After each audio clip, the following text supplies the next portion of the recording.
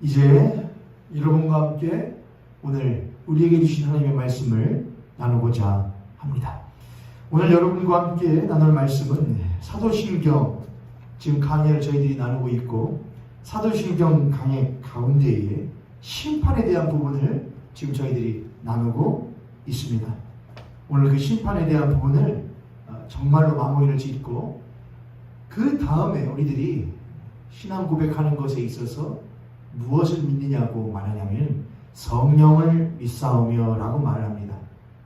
그래서 오늘 그 성령을 믿사오며까지 한번 도입 부분까지 나아갈 수 있도록 해보겠습니다. 먼저 함께 볼 본문의 말씀은 누가복음 15장 11절부터 32절까지의 말씀입니다.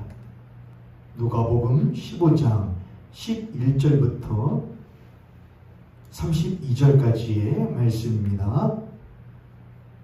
여러분 잘 알고 계시는 돌아온 탕자에 대한 비유의 이야기이죠.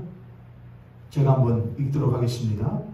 또 이르시되 어떤 사람에게 두 아들이 있는데 그 둘째가 아버지에게 말하되 아버지여 재산 중에서 내게 돌아올 분깃을 내게 주소서 하는지라. 아버지가 그 살림을 각각 나눠 주었더니 그 후 며칠이 안 되어 둘째 아들이 재물을 다 모아가지고 먼 나라에 가 거기서 허랑방탕하여 그 재산을 낭비하더니 다 없앤 후 그 나라에 크게 흉년이 들어 그가 비로소 궁핍한지라. 가서 그 나라 백성 중 한 사람에게 붙여 사니 그가 그를 들로 보내어 돼지를 치게 하였는데 그가 돼지 먹는 쥐없는 열매로 배를 채우고자 하되 주는 자가 없는지라. 이에 스스로 돌이켜 이르되 내 아버지에게는 양식이 풍족한 품꾼이 얼마나 많은가. 나는 여기서 주려 죽는구나. 내가 일어나 아버지께 가서 이르기를 아버지 내가 지금부터는 아버지 아들이라 일컬음을 감당치 못하겠나이다. 나를 품꾼의 하나로 보소서 하리라 하고 이에 일어나서 아버지께로 돌아가니 아직도 거리가 먼데 아버지가 그를 보고 측은히 여겨 달려가 목을 안고 입을 맞추니 아들이 이르되 아버지 내가 하늘과 아버지께 죄를 지었사오니 지금부터는 아버지의 아들이라 일컬음을 감당하지 못하겠나이다 하나. 아버지는 종들에게 이르되 제일 좋은 옷을 내어다가 입히고 손에 가락지를 끼우고 발에 신을 신기라. 그리고 살찐 송아지를 끌어다가 잡으라. 우리가 먹고 즐기자. 이 내 아들은 죽었다가 다시 살아났으며 내가 잃었다가 다시 얻었노라 하니 그들이 즐거워하더라. 맏아들은 밭에 있다가 돌아와 집에 가까이 왔을 때에 풍악과 춤추는 소리를 듣고 한 종을 불러 이 무슨 일인가 물은데 대답하되 당신의 동생이 돌아왔음에 당신의 아버지가 건강한 그를 다시 맞아 들이게 됨으로 인하여 살찐 송아지를 잡았나이다 하니 그가 노하여 들어가고자 하지 아니하거늘 아버지가 나와서 권하되 아버지께 대답하여 이르되 내가 여러 해 아버지를 섬겨 명을 어김이 없거늘 내게는 염소 새끼라도 주어 나와 내 벗으로 즐기게 하신 일이 없더니 아버지의 삶을 청년들과 함께 삼켜버린 이 아들이 돌아오매 이를 위하여 살찐 송아지를 잡으셨나이다. 아버지가 이르되 예 너는 항상 나와 함께 있으니 내 것이 다 너의 것이로되 이 너의 동생은 죽었다가 살아났으며 내가 잃었다가 얻었기로 우리가 즐거워하고 기뻐하는 것이 마땅하다 하니라. 아멘. 저희들이 사도신경 강해를 하고 있는 와중이라는 것을 여러분 잊지 않으셨으리라 생각을 합니다. 지금 저희들은 심판에 대한 부분을 보고 있지만 이 심판에 대한 부분은 사도신경이라고 하는 우리의 신앙의 고백 안에 들어가 있는 하나의 구성입니다. 때문에 심판이라는 것 그 자체도 매우 중요하지만 그 심판이 전체의 사도신경이라는 전체의 고백 안에서 어떠한 부분을 차지하고 있고 어떠한 위치를 가지고 있는지를 이해하는 것이 매우 중요합니다. 그렇지 않으면 심판이라고 하는 그 말에만 우리가 갇혀서 그 심판이 이루고자 하는 진정한 목적과 의미를 상실해버릴 위험성이 있기 마련입니다. 이미 우리들이 심판을 나눌 때에 제가 앞서 말씀드렸듯이 심판하면 여러분 무엇이 먼저 생각나십니까?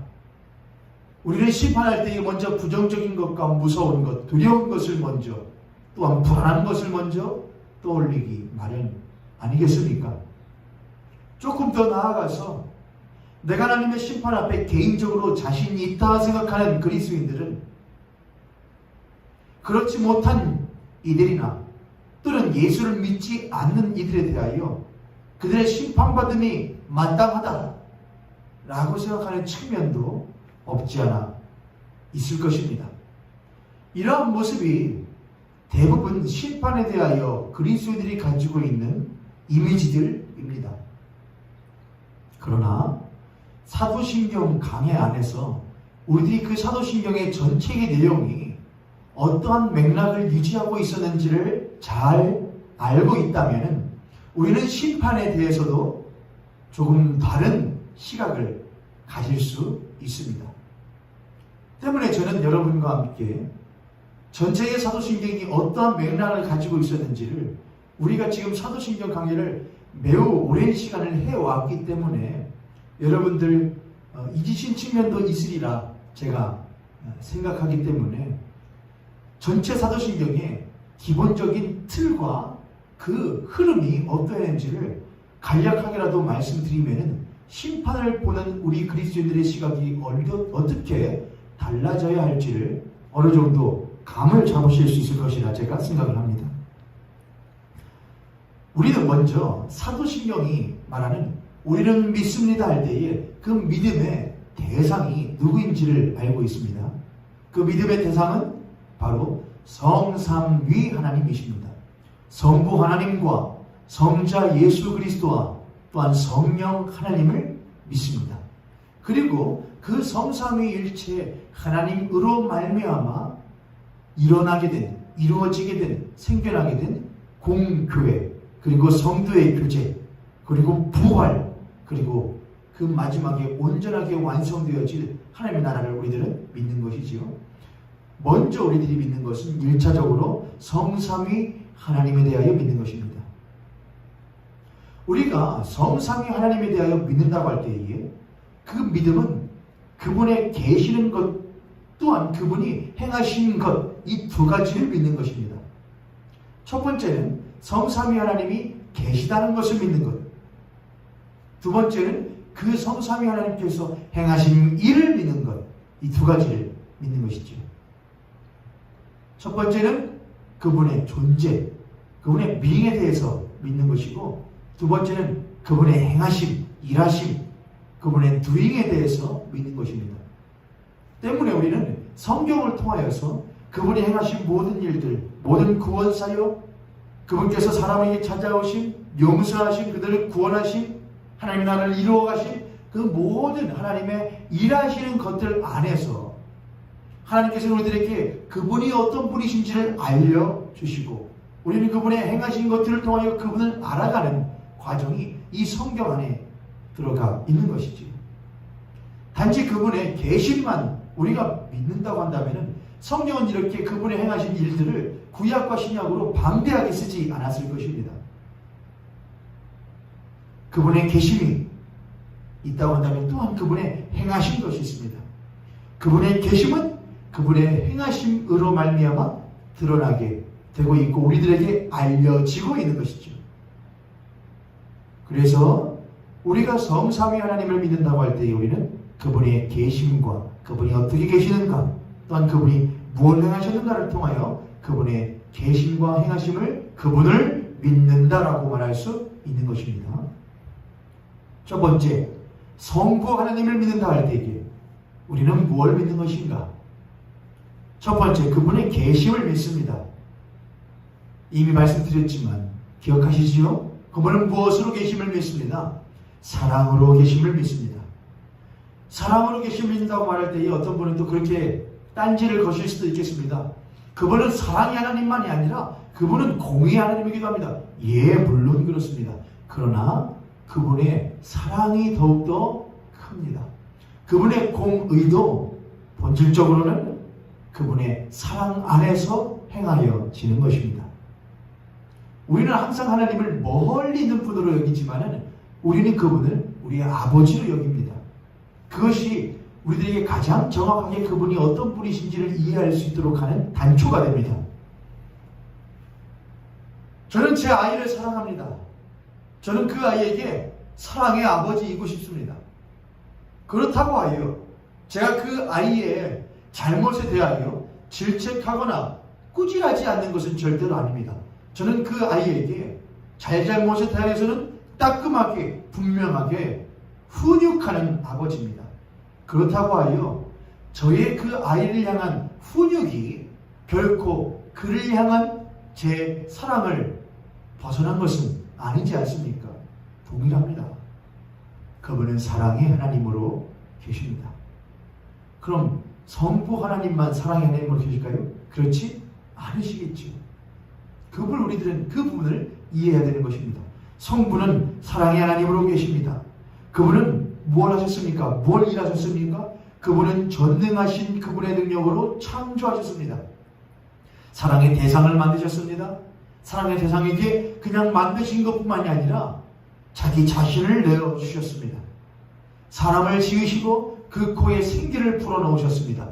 그 사람에게 하나님과 함께 거닐 수 있는 나라를 만들어 주셨습니다. 그것이 창조였습니다. 그리고 그 창조가 그가 만드신 인간으로 말미암아 어그러지고 깨어졌음에도 불구하고 그분은 다시금 창조하기를, 새롭게 창조하기를 원하십니다. 누구를 통하여? 예수 그리스도를 통하여 새롭게 창조하기를 원하시고 그 창조는 결국에는 완전하게 이루어질 것입니다. 그게 그 하나님의, 사랑의 하나님의 일하시는 것입니다. 그래서 그분의 창조를 가만히 들여다보면은 그분의 사랑하심을 우리들은 발견할 수 있습니다. 그의 만드신 모든 만물에 그분의 신성과 능력이 분명히 보여 알려졌나니 그분의 신성이 무엇이냐? 그분의 거룩한 성품이 무엇이냐? 그분은 사랑이시라는 것입니다. 그 모든 만물에 그분의 사랑하심이 분명히 보여져 있다는 것입니다. 그분의 능력이 분명히 보여져 있다는 것입니다. 사랑으로 충만함으로 그 능력을 베푸시는 것이 분명하게 보여져 있다는 것이죠. 우리는 그러한 하나님의 계심과 그분의 일하심을 가만히 보고 있노라면 그분의 마음을 알 수 있게 됩니다. 그분의 마음은 우리를 사랑하시는 것이며 우리를 부르시는 것이며 그가 우리의 아버지 되시고 우리는 그의 자녀 되어 그분과 함께 더불어 사귀는 일이 있기를 원하는 것임을 우리들은 알게 됩니다. 그래서 우리는 그 거룩하신 모든 것을 이루시고 창조하신 그 크신 하나님을 감히 무엇이라 부를 수 있느냐? 아버지라 부를 수 있습니다. 그것이 우리가 믿는 성부 하나님에 대한 신앙 고백입니다. 할렐루야! 얼마나 크고 놀라운 일입니까? 그분은 사랑으로 계신다. 그분은 사랑으로 일하신다. 창조하셨다. 우리는 그 창조 가운데서, 창조 일하신 가운데서 그분의 마음을 안다. 그분이 우리의 아버지 되기를 원하시는 것, 그분이 우리를 양자 삼으시고 그분의 자녀 삼기를 원하시는 것을 우리는 알 수 있다는 것입니다. 그게 성부에 대한 신앙이었습니다. 그 다음으로 이어지는 것이 성자에 대한 신앙이죠. 그런데 성자에 대한 신앙은 절대로 성부에 대한 신앙과 딱 끊어져서 분리되어져 있는 것이 아닙니다. 왜 그렇겠습니까, 여러분? 성부, 성자, 성령 세 하나님은 삼위일체 하나님으로서 동일한 본체이십니다. 그분께서, 세 분께서 행하시는 것이 분야가 다를지는 몰라도 그 총체적인 본질적인 내용은 동일하다는 것을 우리들은 잊어서는 안 될 것입니다. 그래서 제가 이미 말씀드렸듯이 성부 하나님께서는 그 일하시는 것에 있어서 구원사에 있어서, 구원 역사에 있어서 그 구원의 역사를 무엇하시고 계획하시고, 성자께서는 그 구원의 역사를 무엇하시고 실행하시고 성취하시고, 성령께서는 그것을 무엇하신다? 적용하신다 그렇게 했죠. 새 하나님께서는 동일한 또한 하나님으로서 같이 일하고 계시다는 것입니다. 그래서 성부의 계심과 일하심은 이제 성자의 계심과 일하심으로 다시 이어져 가시는 것이죠. 동일 선상에서 이루어지고 있다는 것을 우리들은 알고 있어야 된다는 것입니다. 성부를 믿는다는 것은 곧 동시에 성자를 믿는 것과 같습니다. 성자를 믿는다는 것은 무엇이냐? 그분이 성부 하나님과 동일한 본체이신 하나님이심을 믿는 것입니다. 그분의 동정녀 마리아에게서 나으신 것, 성령으로 잉태되신 것, 우리는 그런 것들을 고백함으로써 예수 그리스도가 성부 하나님과 동일한 본체이신 하나님이심을 믿는 것이지요. 따로따로가 아니라는 것입니다. 한 분 하나님이심을 믿습니다. 또한 그 성자께서는 성부 하나님께서 창조를 통하여 자신의 사랑과 자신의 능력을 드러내신 것처럼 또한 예수 그리스도를 통하여서 그 구원의 역사를 이루시고 성취하실 것을 우리는 성자의 일하심을 통하여서 배울 수 있고 볼 수 있게 됩니다. 그분의 이 땅 가운데에 태어나신 그분께서 고난받으신 그분께서 십자가에 죽으심을 통하여 우리는 예수 그리스도께서 하나님께서 우리 이 땅 가운데에 보여주신 그 사랑을 또한 보여주고 계시며 십자가를 통하여 우리를 새롭게 거듭나게 하시는 구원의 역사를 이루어가고 계시다는 것을 또한 알 수 있는 것입니다. 하나님께서 하시는 일을 예수께서 동일하게 못하고 계시다는 것이죠. 하고 계시다는 것이죠. 이게 아주 중요한 포인트입니다. 우리는 또한 그 성자의 영속한 승리의 사역을 믿습니다. 그 예수 그리스도의 구원 사역은 그 예수 그리스도의 승리의 사역으로 이어집니다.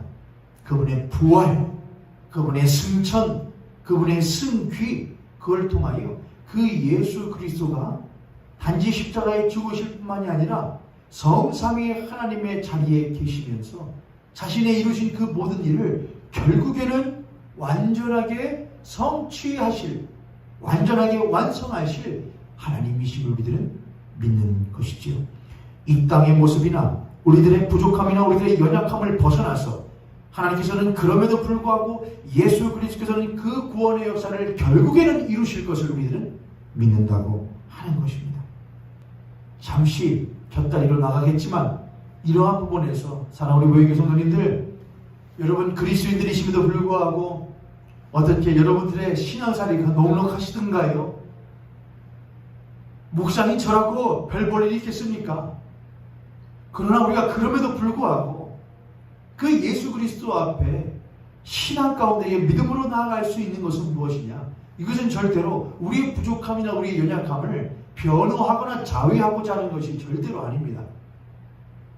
우리는 예수 그리스도께서 우리의 연약함과 우리의 부족함이 있음에도 불구하고 그럼에도 불구하고 그분께서 우리를 결국에는 성삼위 하나님이신 그 예수 그리스도께서 자신의 구원의 역사를 부활과 승천과 승귀하시어 그분의 전능하신 능력으로 우리를 새롭게 바꾸어 나가실 것을 우리들은 무엇하는 것이냐? 믿는 것입니다. 우리의 연약하고 부족한 모습을 보고 있으면 가망성이 없고 가능성이 없고 소망이 없으나 우리를 결국에는 새롭게 구원의 역사 가운데에 새로운 피조물로서 이루어가실 그 성삼위 하나님이신 예수 그리스도를 믿는다고 한다면 소망이 있는 것이지요. 가망성이 있는 것이지요. 우리에게 그 하나님 안에 영원히 있을 소망이, 천국 소망이 우리에게 새롭게 도달하게 되는 것이죠. 그것이 우리의 신앙 아니겠습니까? 우리는 예수 그리스도를 또한 믿습니다. 그 예수 그리스도가 주님이시요 또한 구원자이신 그리스도이심을 믿습니다. 그분 우리의 왕이시요, 그분 우리의 영원한 대제사장이시요, 그분 우리에게 우리를 가르치시며 우리를 인도하시는 선지자이심을 우리는 믿는 것이죠. 누구의 주님이시며 누구의 그리스도이십니까? 나요? 맞죠 여러분? 그 나라고 하면 안 됩니다. 우리라고 했지 않습니까? 교회요. 교회 공동체의 주님이시요 교회 공동체의 그리스도이십니다. 나만을 위한 신앙은 없습니다. 나만을 위한 믿음은 없습니다. 나만을 위한 교회 공동체는 없습니다. 우리가 있는 것이죠. 이걸 통하여 우리는 예수 그리스도와 우리의 관계성을 다시 한번 확인하고 믿을 수 있게 되는 것이죠. 우리는 이제 예수 그리스도의 심판까지 와서 그분께서 다시 오실 것을 통하여 예수 그리스도께서 성부 하나님께서 계획하신 그 영원하신 사랑의 창조와 사랑의 회복과 사랑의 완성의 계획을 결국에는 다시 오심으로 말미암아 온전하게 회복하시고 온전하게 완성하실 것을 우리들은 믿습니다. 할렐루야. 이 부분까지가 성자 예수 그리스도에 대한 신앙입니다.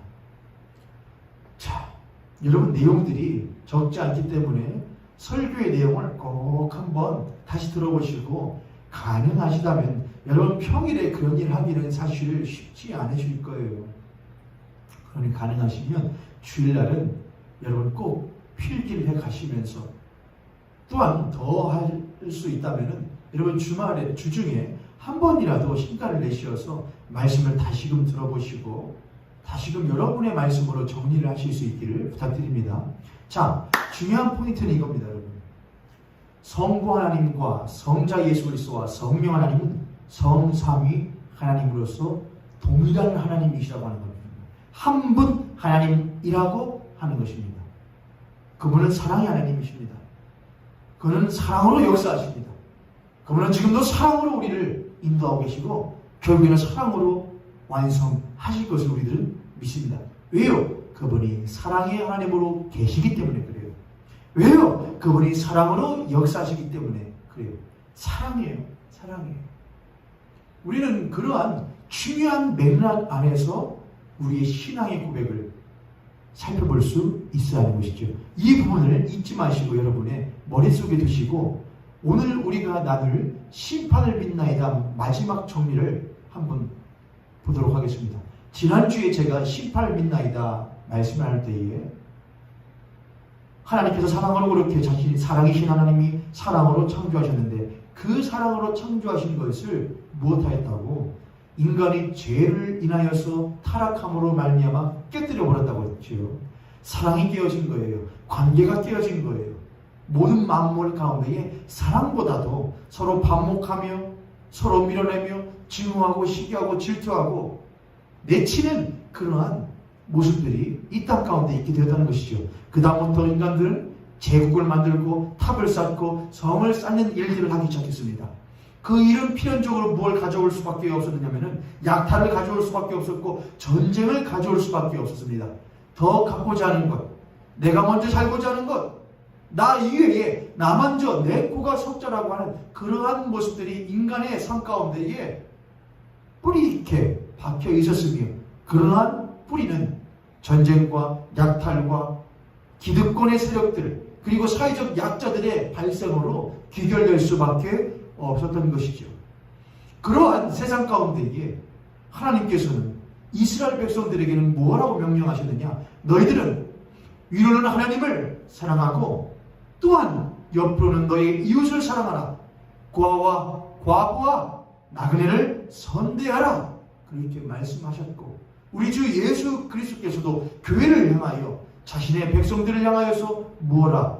너희들도 마찬가지로 하나님을 사랑하고 이웃을 사랑하라. 이것이 가장 큰 두 계명이다. 그렇게 말씀하시며 자신의 삶을 통하여 어떻게 사는 것이 그 두 계명을 온전하게 이루는 것인지를 보여주셨습니다. 예수께서는 십자가의 죽으심으로 말미암아 하나님의 자녀들이 그렇게 살 수 있는 거듭난 존재로서 만들어 주셨고 이제는 우리는 거듭난 존재로서 하나님께서 우리에게 명령하신 그 명령을 사랑의 명령을 이행해야 할 의무가 있게 되었습니다. 하나님을 사랑하라. 그리고 내 이웃을 사랑하라. 너희의 고아와 과부와 나그네를 선대하라. 예수께서 우리에게 보여주신 그 삶의 모습대로 그렇게 살아가라. 그렇게 말씀하셨던 것이죠. 그럼에도 불구하고 안타깝게 교회 안에서 또한 신자들 사이에서도 이러한 모습들은 좀처럼 찾아보기가 쉽지 않습니다. 그것은 목회자인 저에게도 그렇습니다. 이번 카타르에서 일어난 IS로 인한 큰 소요가 있지 않았습니까? 그런데 뉴스를 보니까 우리나라에서 우리나라를 도왔던 사람들을 뭐라고 새로운 언어에는 새로운 그 말이었는데 제가 들었는데 깜빡하고 있네요. 동조자가 아니었고 협조자 뭐 이런 식의 말이었습니다.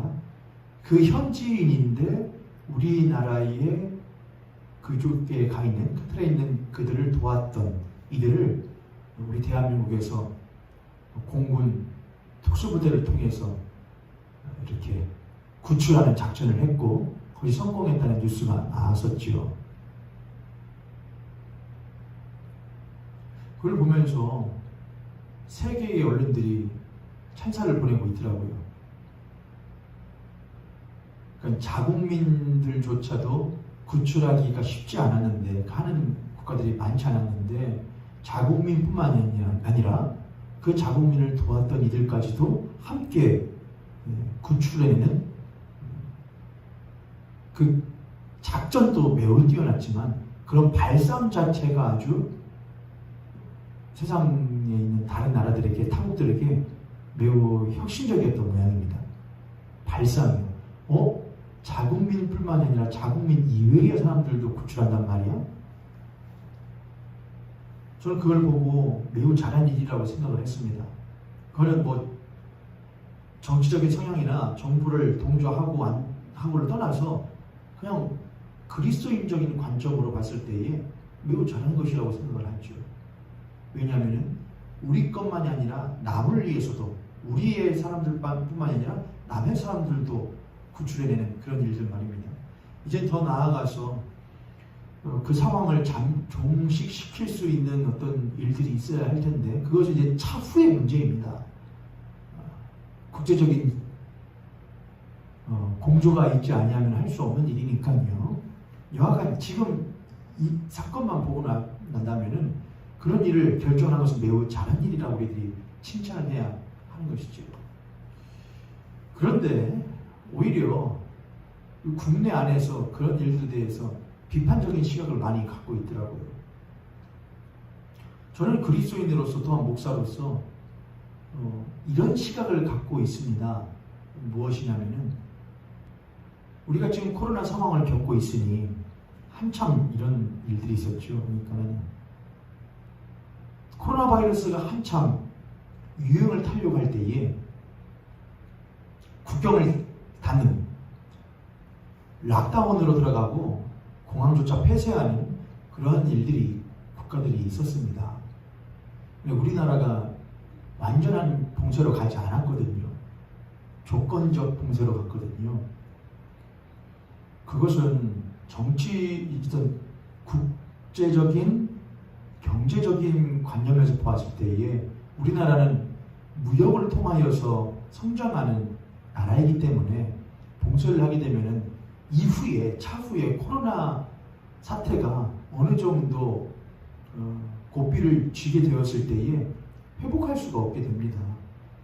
그런 면에서도 완전한 봉쇄는 사실 우리 국가의 현실로서는 해서는 안 되는 일인 것이죠.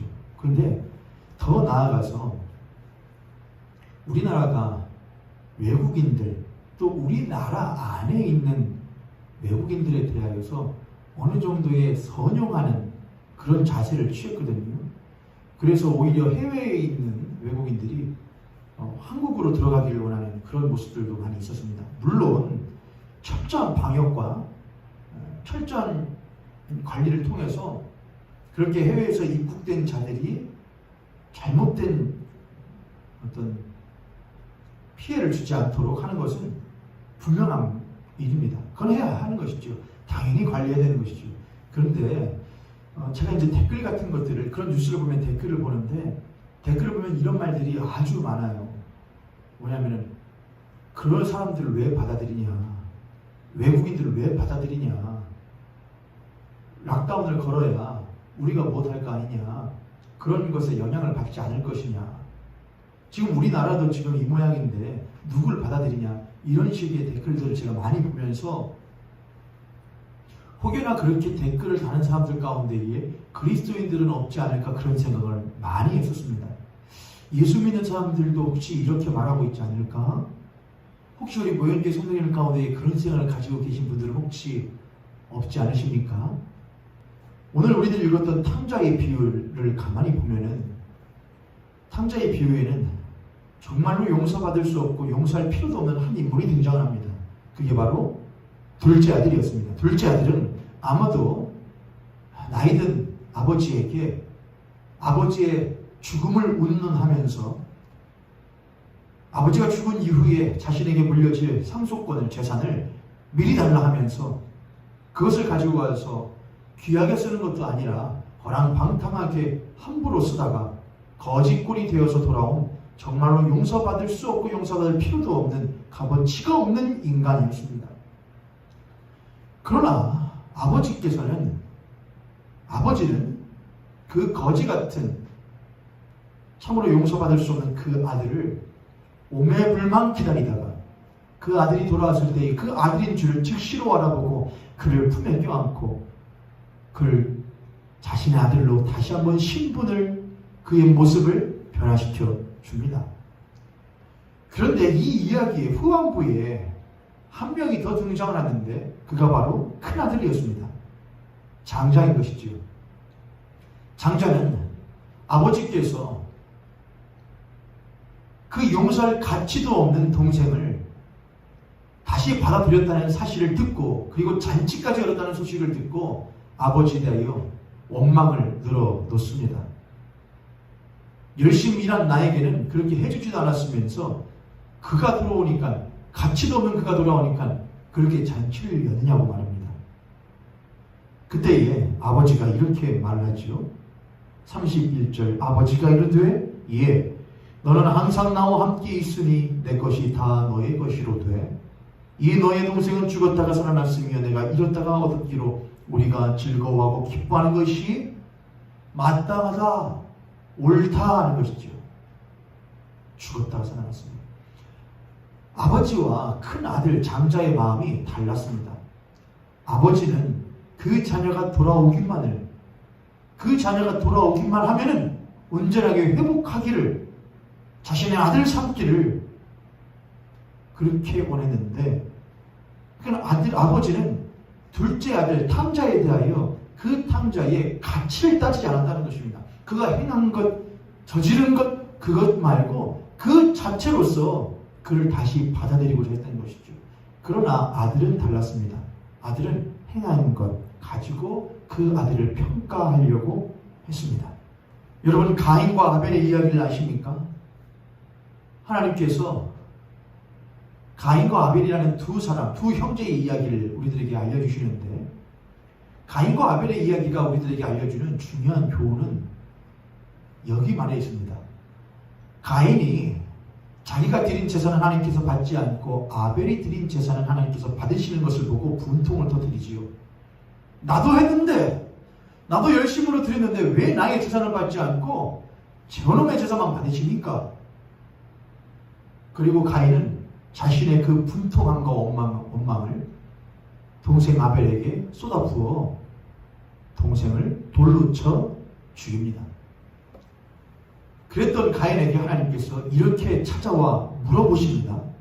가인아, 내 아우 아벨이 어디 있느냐? 이렇게 물어보시죠. 네 아우 아벨이 어디 있느냐? 가인은 그때 이렇게 대답합니다. 내가 어떻게 합니까? 내가 내 동생 지키는 사람입니까? 죽든 말든 내가 알 게 뭡니까? 없어지든 말든 내가 알 게 뭡니까? 이렇게 대답했던 것이죠. 하나님은 가인에게 네 동생이 어디 있냐 물으셨습니다. 탕자의 비유에서 예수님은 비유를 통하여 장자라 생각하는 큰아들들에게 너는 너의 동생을 어떻게 대했느냐 물어보십니다. 그리고 오늘날 이 말씀을 읽고 듣는 접하는 우리 교회에게, 그리스도인들에게 하나님께서는 나의 첫 열매요, 나의 장자된 교회요, 그리스도인들이요, 나의 자녀들이요, 너희들은 너희들의 동생을 어떻게 대했느냐? 너희 동생이 어디 있느냐? 물어보십니다. 우리는 어쩌면은 이 땅을 보면서 이 땅은 언젠가는 다 없어질 땅이야, 심판받을 땅이야, 지금 저렇게 기대 등등하게 더러운 소단마귀를 따라가면서 세상의 가치와 계획과 그 뜻대로 살아가는 저들 언젠가는 다 심판받을 거야. 내가 잘 살고 있고 내가 선택한 것이 옳음을, 내가 예수 그리스도를 믿은 것이 결국에는 맞았음을 온 세상이 알게 될 거야. 내가 지금은 예수 믿으면서 비록 힘들고 원망된 것도 있고 불평할 것도 있고 슬픔 골짜기 눈물 골짜기 걸을 때도 있지만 언젠가는 내가 그 천국에 올라가서 내가 행한 것에 대한 대가를 받게 될 것이고, 나를 비웃었던 이들은 내가 이렇게 대가 받는 것을 보면서 부러워하고 나를 흉봤던 것, 비웃었던 것을 후회하게 될 거야. 여러분 혹시 그러한 보복심으로 심판을 기다리고 계지는 않으십니까? 심판을 그저 개인적인 측면으로만 보게 되면 우리는 절대로 하나님 아버지의 마음을 알 수가 없습니다. 심판을 그저 내가 심판 앞에 준비되었는가? 나 천국 갈 수 있겠는가? 나 구원받을 수 있겠는가? 하나님 나라 갈 수 있겠는가? 그저 그것만 바라보게 되면 우리는 심판에 대해서 그 심판 너머에 있는 하나님 아버지의 마음을 알 수가 없습니다. 우리가 그저 심판을 내 개인이 열심히 무엇인가를 행하고 충실하게 하나님 앞에 신앙생활을 하여 하나님 앞에 이 누가복음에 나오는 큰아들과 같이 나는 아버지에 대하여 열심으로 피땀 흘려 노력하고 힘들여 일했는데 왜 나한테는 준 것이 없습니까? 이러한 식으로 하나님 앞에 신앙생활을 한다면 우리는 절대로 하나님 아버지의 나와 탕자를 향한, 그 동생을 향한 마음을 절대로 알 수 없습니다. 우리는 하나님 아버지를 알아야 됩니다. 우리는 그리스도인으로서 나는 믿습니다 고백합니다. 누구를 믿습니까? 사랑의 성 삼위 하나님을 믿습니다. 우리는 그분의 사랑을 믿습니다. 우리가 그분의 사랑으로 말미암아 자녀되었고 그 하나님의 사랑은 여전히 이 세상 가운데에 아직도 이루어지고 있고 부어지고 있음을 우리는 믿습니다. 할렐루야! 성부 하나님은 그 사랑으로 창조하셨고 그 성부 하나님은 그 사랑으로 새롭게 창조하기를 원하시며 성자 예수께서는 그 하나님의 사랑의 마음을 안 이로써 이 세상 가운데 그 사랑을 십자가의 중심으로 이루신 것을 우리들은 믿습니다. 그것이 우리의 신앙의 고백 아닙니까 여러분? 우리가 그분의 계심과 사랑으로 계심과 사랑으로 역사하심을 믿는 자녀라고 한다면, 그분의 먼저 구원받은 장자라고 한다면 그 예수께서 다시 오심을 믿는 이들로서 어떻게 준비해야겠습니까? 그분의 다시 오시는 심판을 믿는다고 하면 어떻게 준비하겠습니까?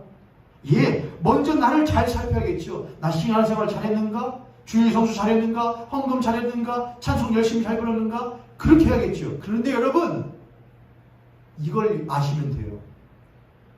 여러분, 사람이 언제 자신의 삶을 잘 돌보려고 하시는지 아십니까? 언제 사람이 자신의 삶에 대하여 책임감과 나의 삶을 올바르게 살아야겠다는 의무감을 갖게 되는지 아십니까? 부모님들은 아실 거예요. 사업장을 운영해 보신 분들은 아실 거예요. 누군가를 데리고 일해본 사람은 아실 거예요. 맞아요. 그런 의무감과 나의 삶을 꾸리려고 하는 그런 의지는 어디서 나오냐? 내가 부양하고 있는 이들에 대한 책임감에서 나와요. 아버지와 어머니는 내가 이 가정에 기둥이요, 터전이라는 책임감을 가지고 있어요. 자녀들이 그런 생활을 잘 가질 수 있을까요? 자녀들 잘 못 가져요, 여러분. 그래서 부모님들이 항상 말하는 것이지요. 너희들도 나중에 커서 네 자식 새끼들 낳아봐봐. 그럼 누구 마음 할 거야? 엄마 아빠 마음 할 거야. 그 전까지는 그저 부모님과 가정이라고 하는 그 지붕의 그늘 아래에서 살았어요. 그런데 진짜로 살며 나가 보니까는 내가 돌봄받고 받은 것들이 참 많았구나라는 것을 깨닫게 되는 것이죠. 비록 가정이 아니라도 사업장에서 누군가를 데리고 있다 보면은 그 모든 것을 관장하면서 끌어가려고 하는 사람의 마음과 그저 거기에서 나오는 것을 받으면서 살아가는 이의 마음이 천지차이라는 것을 우리들은 알게 되지요. 그렇죠, 여러분? 저는 형입니다. 큰아들이에요. 그래서 지금은 아니지만 어릴 때는 항상 부모님께 동생 잘 데리고 다녀라, 동생 잘 보살펴라고 하는 그런 말을 많이 들었습니다. 비록 한 살밖에 차이가 나지 않은 연년생 형제였지만 형에게는 항상 그런 것들이 요구되어졌던 것이지요. 부모님은 항상 형인 저에게 동생을 잘 돌볼 것과 동생에 대한 형으로서의 의무와 책임을 항상 말씀해 주셨습니다. 동생에게는 그런 건 요구하지 않습니다. 무엇만 요구하죠? 너 형 말 잘 들어라. 그것만 요구하죠. 비록 형으로서 그렇게 부모님의 요구와 부모님의 믿음에 부응하지는, 형으로서 부응하지는 못한 것 같지만 그래도 그거에 대한 마음은 있습니다. 부채감은 있습니다. 내가 더 잘 도와줬어야 되는데 그런 것이 늘 있는 것이죠. 여러분, 부모님이 탕자의 비유에서 보세요. 아버지가 형과 동생에 대하여 자녀들이 가지고 있는 마음은 무엇이겠습니까? 우애죠. 서로 더불어 사는 것이죠. 서로 사랑하는 것이죠. 그런데 동생은 그렇게 살기를 버려버렸어요. 거절했어요. 그래서 나갔단 말이죠. 그런데 아버지는 뭐가 있어요? 아버지는 이 가정에 내가 가장이요, 그들을 품어야 될 존재라는 것을 마음을 가지고 있어요. 그게 아버지의 마음이었어요. 그래서 돌아오기만 어서 돌아오 기다려요. 근데 형은 아니었어요. 형은 그저 아버지에게서, 아버지 그늘 밑에서 살면서 열심으로 일해서 아버지가 물려줄 것과 아버지가 나에게 줄 것을 바라며 사는 가정의 한 일부로서 살아갔어요. 그렇기 때문에 그는 아버지의 마음도 몰랐고 동생의 심정도 알 수가 없었어요. 그저 아들은 자기였어요. 자기의 삶이었어요. 그런 큰아들에게 아버지는 아들아, 네 동생이 나갔다. 그 동생이 나가서 당할 일이 너무도 뻔하지 아니하냐? 네가 조금 더 성숙한 형이라고 한다면, 네가 나의 마음을 안다고 한다면 그 동생이 돌아오기를 내 옆에 앉아서 같이 기다려드린 것 아니겠느냐? 때로는 아버지를 보면서 아버지 마음이 많이 아프시지요? 동생 때문에 마음 많이 상하시지요? 그러고 싶게 아빠의 마음을 그렇게 아프게 하고, 때로는 아버지 대신해서 동생의 욕도 해주다가, 하지만 그래도 아버지의 마음, 야 그래도 돌아와야지. 맞아요 아버지, 그게 아버지의 마음이죠. 나도 동생이 돌아오기를 기다려요. 그게 이 탕자의 비유에서 아버지가 큰아들에게 바라는 마음 아니었습니까? 근데 큰아들이 그런 마음을 갖지 못했던 거예요. 이 말씀을 보고 있노라면 심판을 대하는 교육의 자세가 어떠해야 할지 우리들은 깨달을 수 있게 됩니다. 심판이 와요. 하나님의 사랑을 떠나고 하나님의 품을 떠난 이들에 대한 하나님의 심판이 있어요. 그건 자명한 거예요. 돼지 쥐염려를 먹으면서 그것조차 자신의 삶이라고 여기면서 거룩하신 하나님의 그 예수 그리스도의 그 양식을 먹으며 사는 것이 참된 삶이거늘, 그것 먹지 않고 그저 돼지 쥐염 열매를 먹으면서 그것이 그저 참된 사람이라고, 참된 삶이라고 여기는 이 땅의 사람들이 있어요. 그들은 자신들이 무엇을 먹고 사는지를 몰라요. 그들은 자신들이 좋은 것을 입고 있다고 착각을 해요. 그러나 하나님 입장에서 볼 때는 그저 거지와 같은 거예요. 잘 먹지 못하는 거예요. 그럼 뭘 해야 돼요? 하나님은 아시잖아요. 그들이 먹고 있는 것이 옳은 것이 아니라고, 그들이 입고 있는 것이 옳은 것이 아니라고, 예수로 옷 입고 예수로 먹어야 한다고 말씀하시잖아요. 예수님은 그걸 주시기 위해서 오셨잖아요. 근데 그런 예수를 믿고 그런 하나님을 믿는다고 하는 교회와 그리스도인들이 그런 동생을, 그런 자자를, 그런 세상을 보면서 뭐라고 합니까? 너희들은 심판받아 마땅해. 너희들은 심판받을 마땅한 자들이고 하나님의 사랑을 받을 가치도 없는 자들이야. 말은 그렇게 하죠. 전도해야 됩니다. 사랑해야 됩니다. 됐습니다, 여러분. 말은 지금까지 수십 년 동안 했지 않습니까? 세상을 전도해야 됩니다. 전도하러 전도주도 들고 나가고, 이제는 삶으로 보여주란 말입니다. 그들이 뭐라고 말합니까, 여러분? 교회에 대해서. 교회가 언제 전도 안 한 적이 있습니까? 전도지 들고 안 나간 적이 있습니까? 근데 세상 어떻게 해요, 여러분? 그런 거 안 믿는다고. 그런 거 안 한다고. 물론 다 그런 건 아니겠지만은, 나가보신 분들 알겠지만은, 열의 한 명은, 우리는 항상 거기에 소망을 갖죠. 그가 하나님이 준비하신 사람이라고. 하나님이 준비하는 사람이 왜 한 명이에요? 더 있을 수도 있지. 생각을 다르게 해야 되죠, 여러분. 우리의 태도가 잘못되지 않았는 걸 생각해야 될 거 아닙니까? 전도지 들고 나가는 것만 전도입니까? 세상 사람들이 왜 손사래를 치는지를 알아야 될 것 아닙니까? 왜 저 차자들이 손사래를 치는지를 알아야 될 것 아니에요? 왜 그러겠어요, 여러분?